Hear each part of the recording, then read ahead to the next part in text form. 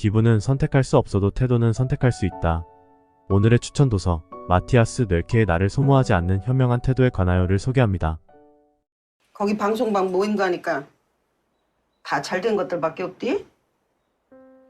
그걸 거기 가야 알아. 거기 안 가도 너보다 잘난 것들 세상 천지야. 너 그럴 때마다 이렇게 질질 짜면서 밥도 안 먹고 들어누워 있으면 그게 방법이 돼? 해결이 되냐고.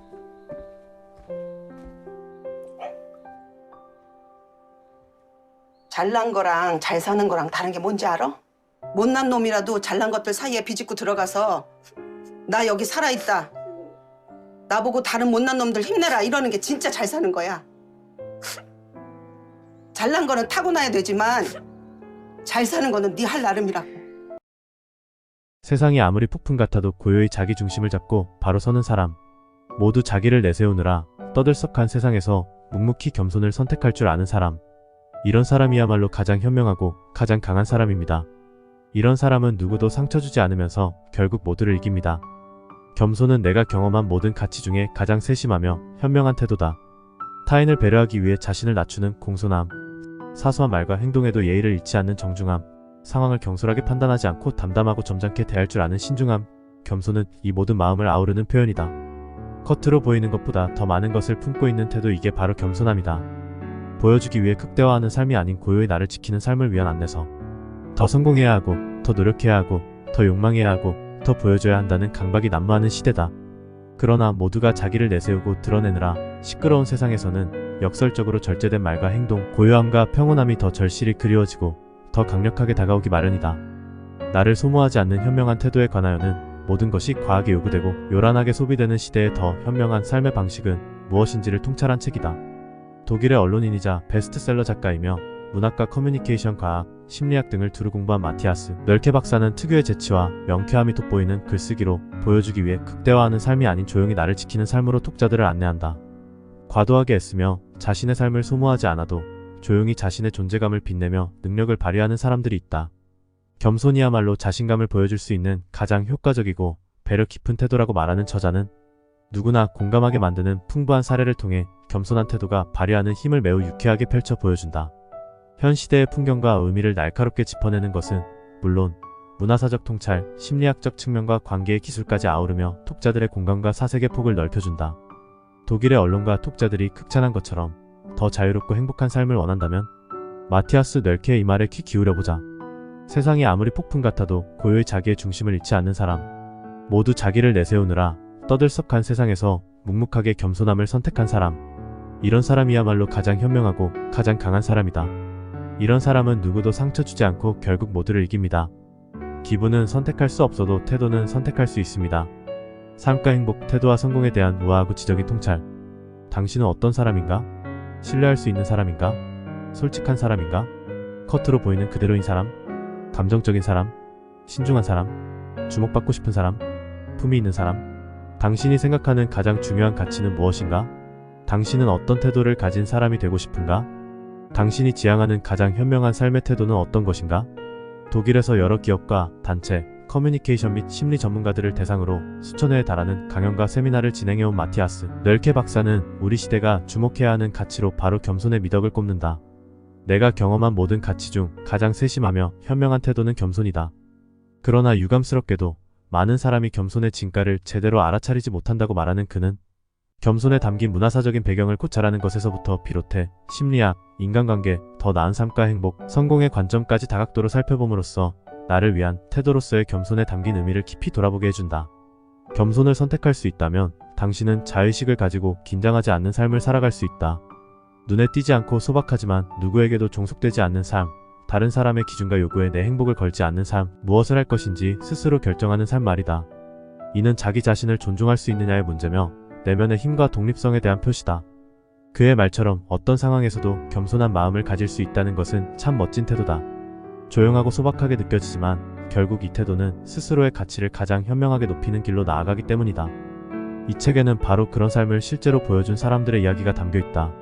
자기 도취에 빠져 말로만 요란하게 떠드는 사람들의 반대편에서 조용히 자신의 존재감을 발휘하며 능력을 발휘하는 사람들.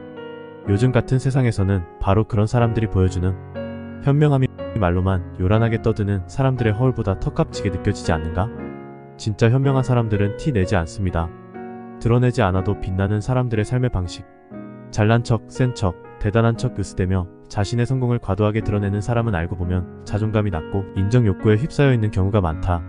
자신의 탁월함을 과시하고 자신의 특별함을 포장하는 것은 그렇게 해야 할 이유가 절실하기 때문인 것이다. 그런 연출이 없다면 존재감을 발휘할 수 없다는 불안, 아무도 알아주지 않을지도 모른다는 걱정이 그들을 흔들고 있기 때문이다. 하지만 내면이 단단하고 현명한 사람은 애써 티 내지 않는다. 오히려 알아도 모르는 척 절제하고 겸손할 줄 안다. 그들은 다른 사람들의 박수갈채와 최고라는 평가를 수집하려고 애쓰지 않는다. 자신의 가치를 판단하는 것은 자기 자신이라는 사실을 잘 알고 있기 때문이다. 그래서 외부로부터 인정받아야 한다는 욕망에 사로잡히지 않으며 자기 기준을 정하고 자기 중심을 잘 잡는다. 조용하되 강인하게, 겸손하되 분명하게 자기 인생의 주인으로 살아가는 것이다. 겉으로 반짝이지만 안을 들여다보면 아름답지 못한 것들을 목도할 때가 많다. 진짜 가치는 드러나는 것으로 증명되는 것이 아니다. 그러니 자랑하기 위해 애쓰고 보여주기 위해 극대화하는 삶은 얼마나 공허하고 무의미한가. 과장된 포장은 결국 벗겨지기 마련이다.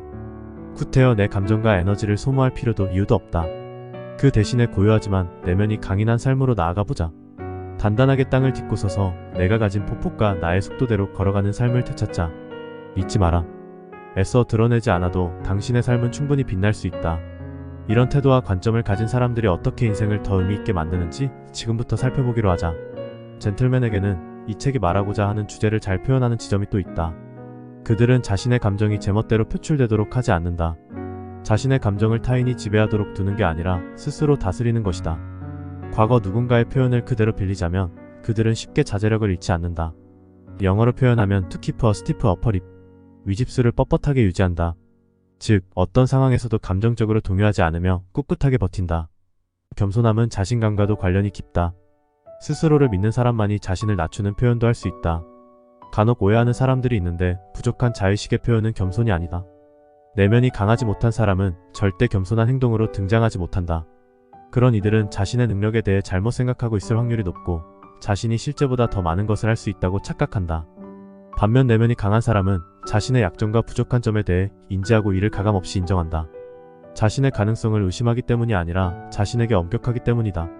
전략적, 비관주의자들은 모든 일이 뜻대로 되지 않을 가능성도 있다고 생각한다. 그렇다고 노력을 안 해도 된다는 뜻은 아니다. 오히려 정반대다. 이들은 최악의 경우를 예상하면서 더 차분하고도 세심하게 주의를 기울이며 임한다. 웰즐리드 심리학과 교수 줄리 노럼은 이 전략적 비관주의에 대해 철저히 연구했고 다음과 같은 결론에 이르렀다. 이런 경향이 있는 사람들은 실패의 두려움을 장악할 수 있는 매우 효과적인 방법을 가지고 있다. 그녀는 미국의 추리소설 작가 렉스 스타우트가 창조한 형사 캐릭터 네로 울프의 말을 인용하며 이렇게 표현했다.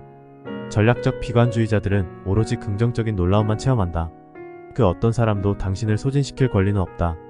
당신은 비상시를 위해 에너지를 남겨둬야 하며 그 누구도 당신이 비축해둔 에너지를 함부로 가져가서는 안 된다. 사실 비상용 에너지의 본질은 가능하면 사용하지 않는 데 있다. 에너지를 비축하려면 스스로 독립성과 자주성을 지켜야 한다. 방해받지 않는 시간이 있어야 하며 자신만의 자유 공간이 필요하다. 없으면 의도적으로 만들어서라도 말이다. 마티아스 넬케는 독일에서 가장 신뢰받는 언론인이자 저명한 작가 중 한 명이다. 저널리즘, 문학, 커뮤니케이션 과학, 정치학, 음악학 등을 두루 공부한 그는 바이에른 방송에서 일하고 있으며 여러 미디어에 칼럼을 쓰고 있다. 16년 넘게 심리학 및 커뮤니케이션 분야에서 매우 탁월한 통찰을 보여주는 책을 집필해왔는데 특히 신뢰와 권력, 언어와 태도를 주제로 하는 그의 저서들은 출간과 동시에 베스트셀러가 되며 큰 주목을 받았다. 모두가 자기를 내세우기 바쁜 시대의 현명한 삶의 방식은 무엇인지를 통찰한 나를 소모하지 않는 현명한 태도에 관하여는 그만의 전문적인 식견과 관점을 특유의 재치와 명쾌함, 풍부한 사례로 풀어낸 명저로 독일 언론과 독자들의 극찬을 받으며 베스트셀러에 올랐다. 그 외의 저서로 낙관론자들이 빠지는 무모한 실수 12가지, 결정적 순간, 나를 살리는 한마디 말, 주도권을 결정하는 한마디 말, 권력의 언어 등이 있다. 지금까지 마티아스 넬케의 나를 소모하지 않는 현명한 태도에 관하여였습니다.